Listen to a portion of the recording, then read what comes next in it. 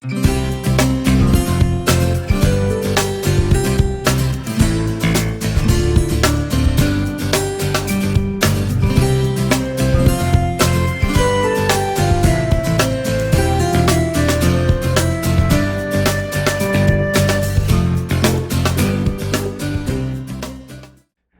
right, everybody, welcome back to another edition of How to Beat Your Addiction and Live a Quality Life. John Giordano, and I'm Scott Jones. And John, how are you doing, man? I'm alive and above ground, Scott. I'm doing pretty good. Alive and above ground. And I'm healthy. Okay. Thank God. Alive and above ground is setting the bar pretty low, so healthy's good. You added something. Right. I had to add something else to it. How about happy? I'm wonderfully happy. Yeah? Yes. I have the best wife in the whole world and the best friends in the world. So you can't beat it. Yeah, well, when we're all sitting in the room, he says things like that. But Listen, the check's in the mail, right? That's right. So, John, how are, I guess just people are going to get to know you a lot more and stuff. And I just want to know, how are you personally doing with the COVID crisis and all the things going on? Have you and your family made adjustments, and are you doing well? Well, it really helped me a lot, believe it or not, because I'm always running around doing this, doing that. It forced me to focus more, and that's how I wrote the book. Right. The kid from the South Bronx who never gave up, to help people and motivate them and things like that, and how I got into doing the podcast now and writing for a magazine and doing a lot of stuff that I wasn't focused on before. Well, that's great. And if you want to know more information about John's books, which is How to Beat Your Addiction and Live a Quality Life, as long as the kid who... the kid from the South Bronx who never gave up. Kid from the South Bronx who never gave up. It's too long. I can't remember Anybody all those from the words. Bronx out there, by the way? How you doing? There's probably two or three, right? We're in Florida. I mean, half the people are from New York City. So it's not my fault. They followed you. But you can go to John's website. It's on the screen. But if you're listening to this, it's johnjgiordano.com. So right. Very simple. johnjgiordano.com. Go and check it out. You get all the information and contact information. But more importantly, how you can get a hold of the books and read about them. Yeah, well, on Amazon, you can get a hold of How to Beat Your Addiction and Live a Quality Life. Oh, excellent. Yeah, the other one's going to be coming out shortly. It's in the editing department right now, and I just got a few books that they sent me. But it's going to be really interesting. It was kind of like, for those of you in recovery, it's kind of like doing the fourth step when I did this book. It brought up all kinds of stuff. So this was really a personal job for you to do these things. Yeah. So you definitely want to get involved in that. And we spoke in the previous episodes. If you haven't seen them, please check them out. About COVID crisis and taking care of yourself. And about how to take care of yourself, how to build your immune system through, doing vitamin C and cordyceps, which are mushrooms, and D3 and zinc. Listen, if you build your immune system up, you have less of a chance of getting a serious illness. And that's just the way it is. Our bodies can fight a lot of this stuff. Unfortunately, a lot of people don't eat properly. They don't exercise. They don't take nutrients. And they get sick. That's how they have diabetes, they have high blood pressure. You really got to take care of yourself. Otherwise, who's going to? Absolutely. And we spoke about, some early recovery things with the COVID and people having to go to online meetings and doing things like that and work a little bit harder.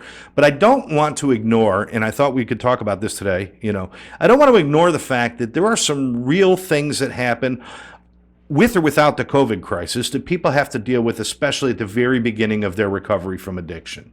And the first one I want to hit you with, and I love hitting you with this stuff because I want your experience and you can share with everybody, is there tends to be, you may have those moments of everything's wonderful and the pink cloud and I love this, but there are a lot of moments in early recovery of really negative feelings and thoughts that happen.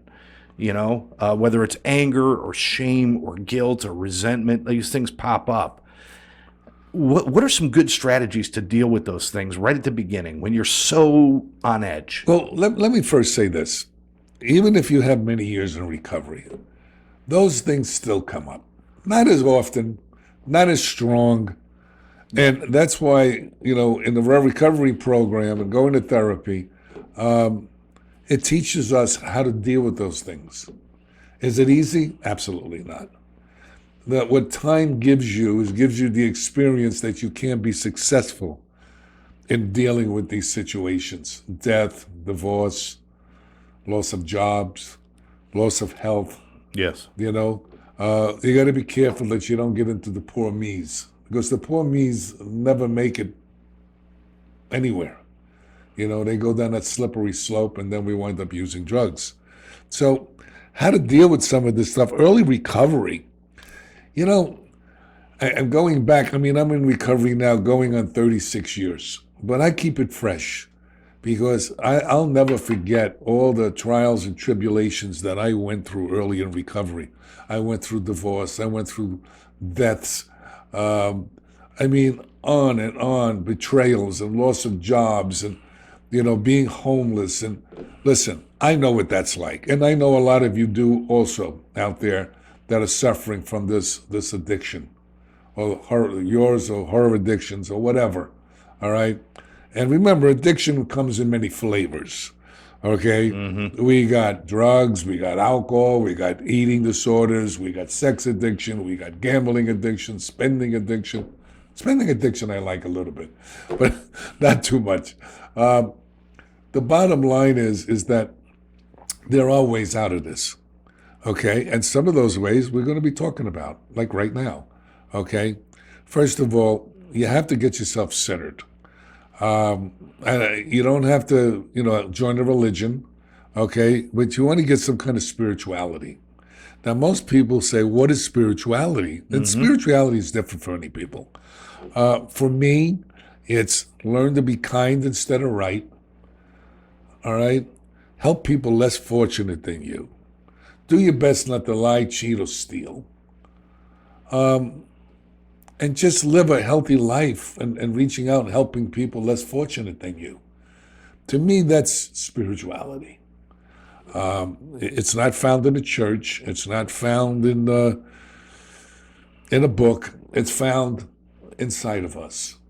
And that light is inside of us. You just have to look for it.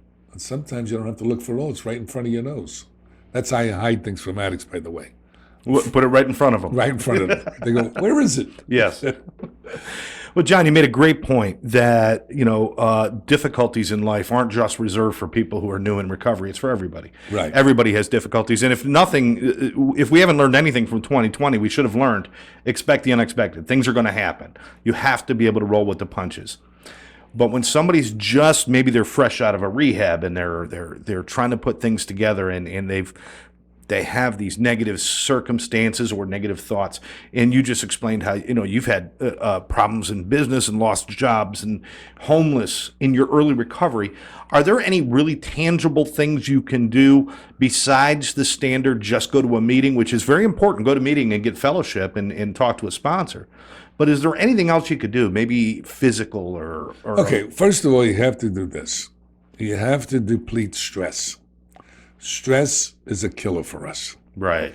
When we get stressed out, we look for medications. We look to medicate ourselves in whatever form we can.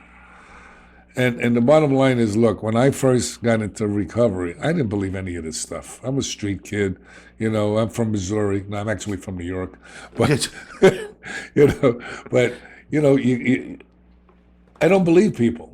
So, when these people are telling me, just, go to therapy. Therapy, what is somebody going to, I'm going to talk to them and they're going to help me?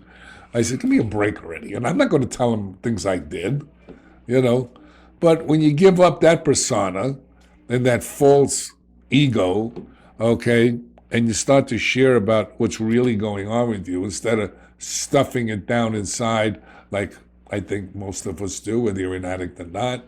All right, and we put it in that room where that door's closed.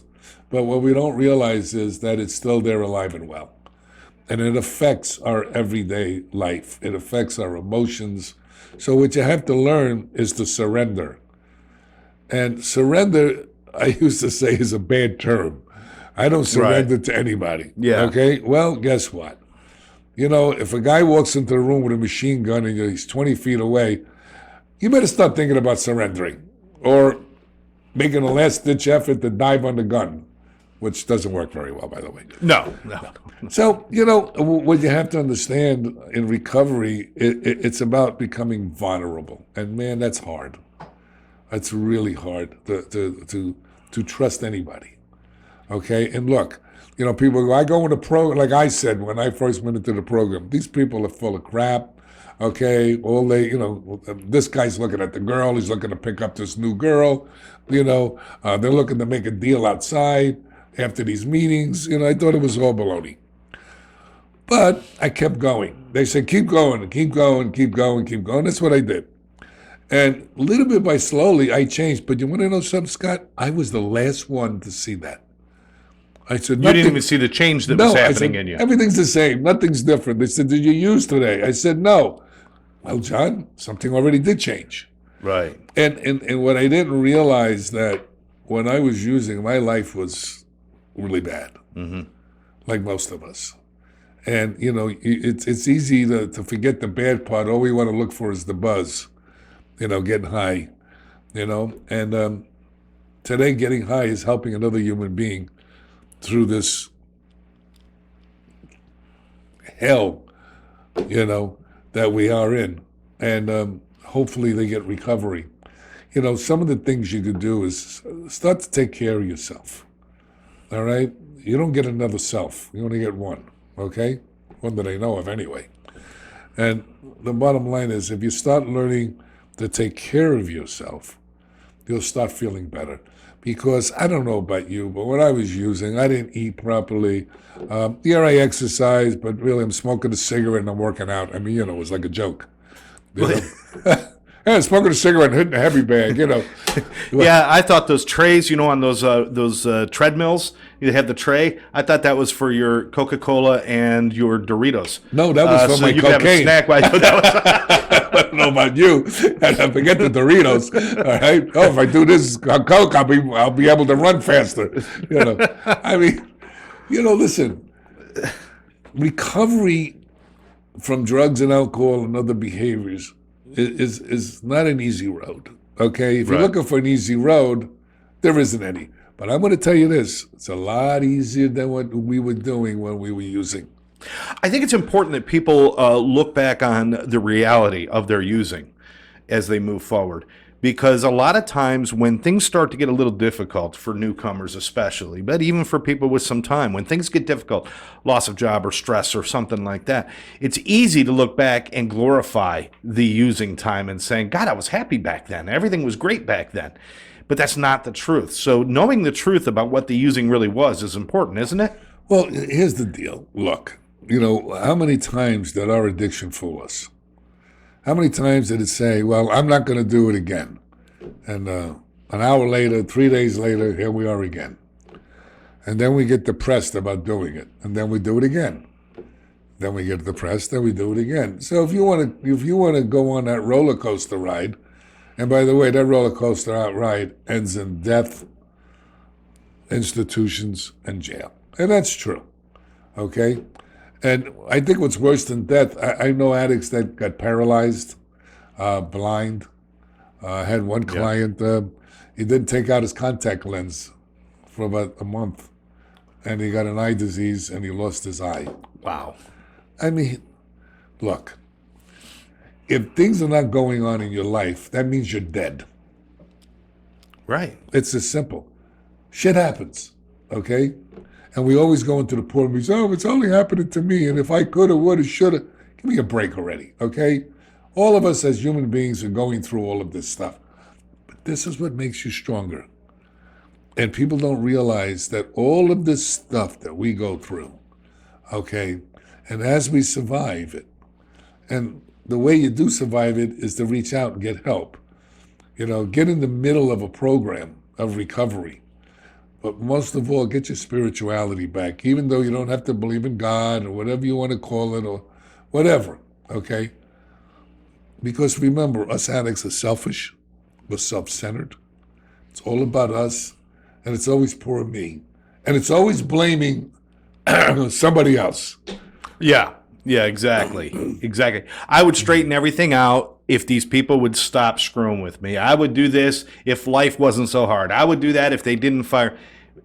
do it anyway, right? Yeah, if she didn't go to bed, my wife didn't go to bed, I'm going to cheat on her. Hell with her, man. I'll get it someplace else. Or, if this guy... Wait, you're saying that's not okay? Of course it's not okay. Oh, okay. I just want to make sure. No. Well, I thought it was okay when I was using. Yeah, exactly. Okay. We don't care about hurting people, okay? Because we're hurt. No, you're hurting me. You know what's interesting about addicts, and people in general, actually, we want to be forgiven for the things we've done. But, man, if you have to wait for an addict to forgive you, you're done. Yeah. You're done. A lot of people say, well, what's the difference between drug addicts and alcoholics? I say, well, look, here, it goes like this. Alcoholic gets drunk, he steals your stuff. Next morning he wakes up, he feels guilty, and he gives your stuff back. An addict steals your stuff, the next morning he helps you look for your stuff. So that's basically what we do. Yeah. Okay? I mean, it's a wild roller coaster ride. Life is a roller coaster ride. Yeah. It has its ups and it has its downs. And it's also thrilling. It all depends on your perception of life, how you want to look at your life, how you want to look at yourself. Okay? It's an inside job, not an outside job. A lot of this jargon that I'm talking right now, I never even knew existed. I never knew treatment existed. I never therapist. Hell was a therapist. I didn't know what the hell that was. I'm a kid from the South Bronx. What do I know about that stuff? Resolve issues. Yeah, you screw with me, I punch you in the face.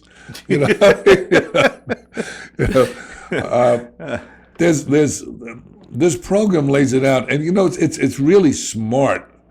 The way they set it up. It's all these people's experiences, strength and hope, that really is the guide to recovery. Look, don't hang out with the old people that you used to hang out with. Well, if you do, it's like hanging out in a barbershop. Eventually you get a haircut. It's just, all these sayings, these cliches. Right. I hated them. Give time. Give me a break with give me time. But they're right. It takes time to heal. It took time to get sick. So, and during that time, you need to stay in the middle of a program. Your spirituality. You need to meditate, okay, to calm your mind, all right? You need to reach out to other people, all right, in recovery that can guide you. You don't have to trust them, just listen, And these are some of the things. You need to start taking care of your body, okay, your mind, and most of all, your soul. Because that's what gets damaged the most, I believe. All that shame, all that guilt, all that remorse, all that anger that we hold on to. It's like a luxury for addicts. This is the reasons why we use. We have low self-esteem. What the hell is that? Low self-esteem is when you didn't accomplish what you thought you should, or anybody else thought you could or should, and you got low self-esteem. You buy into it. Don't buy anybody's story. Okay? As far as I'm concerned, God, in my understanding, okay, allowed me to be born and allowed me to live. Now, what I do with that life is up to me, okay? Things happen, but it's how you overcome those things, okay, that makes the change. So let me ask you a question. During this beginning period of time, and again, I've heard your story a lot, and I don't want to give away. I'd love people to read the book and learn more about your story, but I know you had some really hard times, very difficult times. Was there something that kind of drew you towards staying on the right path, or was there a thought that drove you, or something in particular? Because like you said, you weren't seeing the change that happened. You didn't have a big light over the bed and all of a sudden your life was different. You took time. You worked it. But what was the thing that kept pushing you? That's a good question, because you want to know the truth. I'm really not sure. And that's probably the best answer anybody can give, if you know. They tell me go to these meetings, right? I says, go to these meetings suck.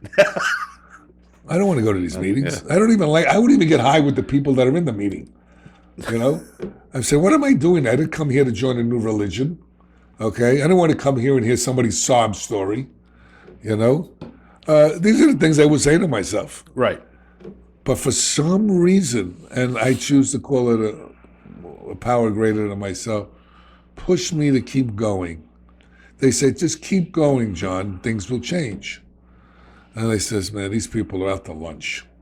Okay, I keep going. I lost my job. I'm homeless. I got divorced. Keep going, you know? And they were right. I really got to tell you guys, they were right.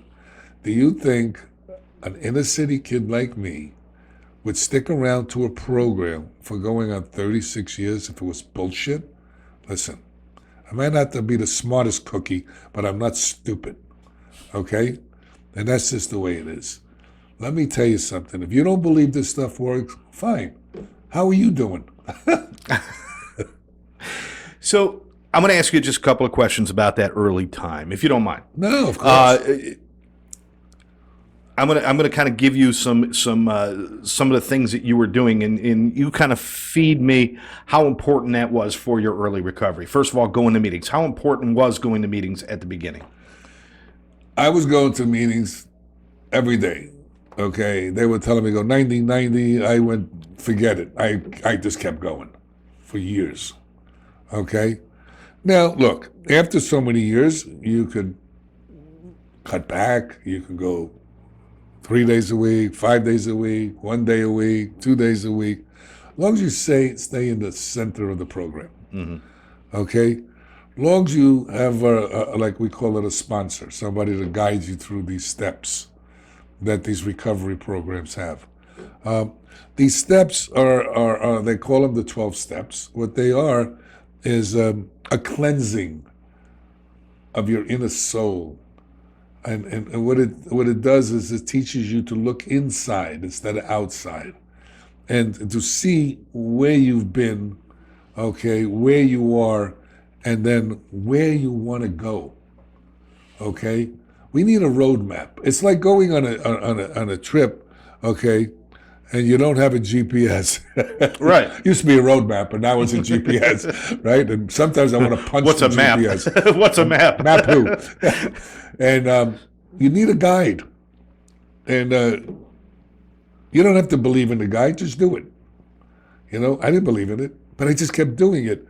And it was interesting. From homelessness, I got a job. From that, I opened up a treatment center. I went back to school. Wow, things changed. Then things happened. Okay, I got betrayed by my partners. I lost my business.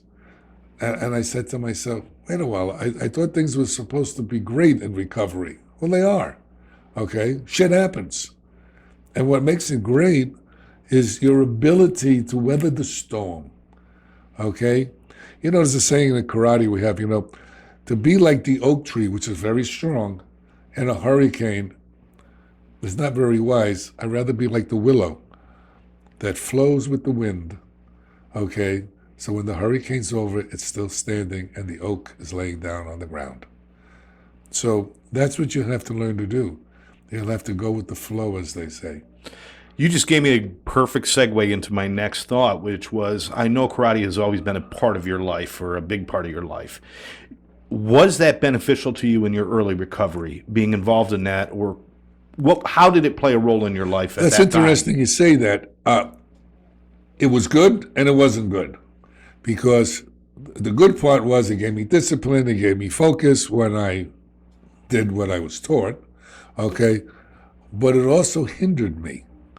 Why did it hinder me? Because my ego, my pride. I'm supposed to be this guy who's so strong and weather any storm, and here I am in a treatment center, okay, spilling my guts out to some strangers who I don't even know, okay, whoever don't even really care to know, okay, and I did it anyway. And what I didn't realize was that that's being courageous. And it takes courage to share information with strangers that you don't know. It takes courage to keep going in spite of you don't know the outcome. All right, look, all I know is this. I know the outcome if I keep going in the direction I was going. Right. I know that outcome. Okay. I may not know the other outcome, but I was going to these meetings and was watching people change. Now, they still were screwed up, just like me. Okay. They still had their shortcomings, but I was watching it change. And they kept going. I said, why do these people keep going? I mean, all walks of life. Lawyers, doctors, Indian chiefs, street guys, smugglers, drug dealers. I mean, whatever you want to call anybody. Okay, whatever label you want to put on anybody. And they kept going. I said to myself, well, if they keep going, there's got to be something to this. Why would they keep going? You know? It's like going to you got a drug dealer has the best coke or the best drugs or heroin, whatever, and you keep going because he has the best. Well, obviously, these meetings or these therapies, they're the best because people keep going. Did you, can you recall any specific moments where the pull to go back and use was so strong? Can you recall any of those moments in early recovery? Well, and what did you do when you had those moments? Okay, here's the deal. Okay, when I would get stressed out or I get overwhelmed, I would start thinking about using. But then I started thinking, because I learned in the program, and I learned while I was in treatment, that they call it stinking thinking. I said, oh, this is really corny, stinking thinking, you know. Yeah. But actually, they were right. And so I had to change where I was sitting. If I was in a room, I had to go take a walk. If I was, wherever I was, if I can go to a meeting, go to a meeting, go to a church. I don't care where you go, but get out of the mindset that you're in. Okay. Okay? All right. But let me tell you the hardest part. It wasn't quitting the drugs. It was quitting the lifestyle. I was a drug dealer also. Okay? I also used to do collection work for the smugglers. All right? And making all kinds of money. And now having no money in your pocket, okay, and trying to fight this battle with this addiction, this monster, okay, was getting more and more difficult, and then also more and more easier. You know, it all depends what day it was. You know, but as time went on, I learned how to fight better. You know, karate, you learn how to fight, right? But the most important thing, everybody thinks it's how to block, how to attack. No, the most important thing for a fighter is how to face your fears. Is how to face your fears. That's really hard, okay? Because that takes a lot of courage, and it takes a lot of training. And the bottom line is that if you want recovery, you'll get it. Just like when you wanted your drugs, you got it. I don't care if you were broke. I don't care if we dropped you off in the jungle. You'll find the medicine man. You know, the same energy that you put into your using, okay, you put into your recovery, and that's what I did. And it worked. And it keeps working, okay? And you asked, you know, about thinking about using. Look, my life turned to so much shit, okay, in plain English, that thinking of using was like going back into a nightmare and trying to hang out. Right. Okay? And it's not fun. All right? And whether I believed in what these people were saying, whether I believe in this recovery stuff, is irrelevant. Okay? Because the bottom line was I kept going, and I wasn't using. I kept going, and my life got better, got worse, got better, got worse. But at least there was spurts of it getting better, even though it's that small. The other way, the road was always just getting worse. And that's what this program's about, teaching you that there is hope, even though when you think you're hopeless. Okay? One of the major factors that we all need is called faith. That's believing in something that you don't know the outcome, okay? But you believe that it's going to work for you. And that belief carried me through. Even though I didn't like where I was going, even though I really didn't care for the people, okay, I just kept going. And that's what works. But you got to work it, you know.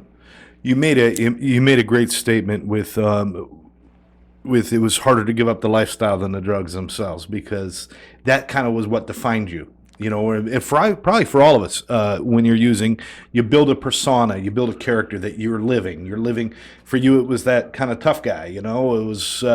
If I'm not speaking out of turn, right? I mean, that's right. You were a little bit of the tough guy. You had all this stuff. What it was is I was doing my best to survive. I mean, I only went to the ninth grade. Right. I knew all the bad guys in town. And if you know all the bad guys in town, what are you going to hang out? You're going to hang out with the bad guys in town. I mean, I was really insecure with doctors, lawyers, people that had an education, because I only went to the ninth grade. I couldn't spell very well. I felt that my accent, my New York accent, was like an Aborigine. I mean, I had all this stuff going on in my head, which is don't believe everything you think, because it's bullshit. Okay, and it was like, I don't know. I just kept going. Well, you always knew one way of living, and then you come in and you start changing and doing things differently and acting differently. And I know the stories and the things you did in the past, and I look at John today, and I look at one of the more gentle people that I know, somebody who will tell somebody they love them, even if they barely know them. I mean, it's just kind of like your character to do that. You love your family, you go out of your way to help people. It's a big switch from the picture you paint from your early life. Well, it's a process. So was there a point when you started to see the real benefits and you started to say, I can be the person that I want to be? Because I think that's where people are concerned. It's like, I don't know what I'm going to become, and that gets scary. But when you start to see, wow, people actually are starting to like me. I'm starting to like myself, all of that. I mean, do you remember that kind of change that started to happen? Well, I could tell you what I do remember, okay? I remember early in recovery, I think it was 3 months clean. I was broke as a joke. I get a phone call from a guy who wants 3 kilos of cocaine. And I told him, I'm in recovery. I don't do that anymore. He said, look, John, you don't have to do anything. Just introduce me to the people, and I'll give you a cut. Okay? And then you go on your merry way. Well, that little demon jumped into my head. Sure. All right? I said, well, that makes sense. So I took this guy to the Colombians. Okay? We sat down in the house, and here's these guys got guns all over the place and all this kind of stuff, and they had a kilo on the table. And I start to put my finger in the kilo to taste the coke. And I says, what am I doing here? I don't belong here, okay? So I jumped up. Everybody went for their guns. I said, no, relax. I'm leaving. You make all the money. You make your decisions. I'm out of here. And I walked out the door. I sat in my car. I don't know how long it was. I cried. I was soaking wet, sweating, okay? I just went through a whole metamorphosis of going back into that life for a moment in time and realized I no longer belong there. Mm. And from that day on, my journey started to change. And what made it work for me, okay, that I actually, after 25 years, I went back to school, okay? And I even tried to sabotage it. When I went back to school, I mean, this is what we do. Here I am going to take a GED test. I don't open a book. I haven't been in school for 25 years. Who the hell, I don't even remember what I had for lunch. Never know what I learned at school, right? And even when I was in school, I was always the class clown, all this other stuff. Right. That's all in my book, by the way. And I went in there, and I never forget it. I walked up to the counter, and there's this woman. She had her back towards me, and I'm waiting. And I says, hey, lady, I'm here to take the test. He says, oh. No, I said, hey, lady, I'm here. She says, oh, you must be wanting to take the GED test. That's why you're nervous. I looked at her and I laughed. I says, oh, okay.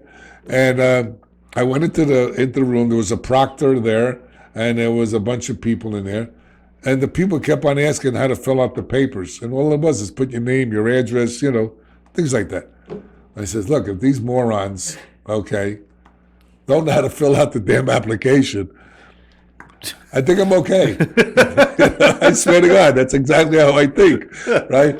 So I took the test, and here I am. I got algebra. Who had algebra? Then we had fractions or the math. I never even remembered about my fractions. And I guessed through everything almost, okay? Right. So when I went back, everybody asked me, well, how'd you do? I said, I probably failed. See, my fallback was, well, I failed because I didn't study. That was my fallback. We always make all these things in our head, okay? Anyway, a month later or 6 weeks later, I get the mail, and here's the mail from the place.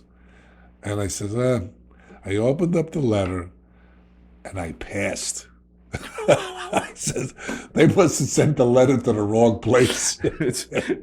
So, Scott, I got to tell you, somebody was watching out after me. Okay, I passed the damn test. I says, how could this be possible? All right. It's all the little accomplishments that you don't think you can do, and when you succeed, okay, it builds up your confidence again. Okay, and the ones that you don't succeed in, you learn from. So when you do it again, yes, you overcome it. Yeah. And that's what helped me in my recovery.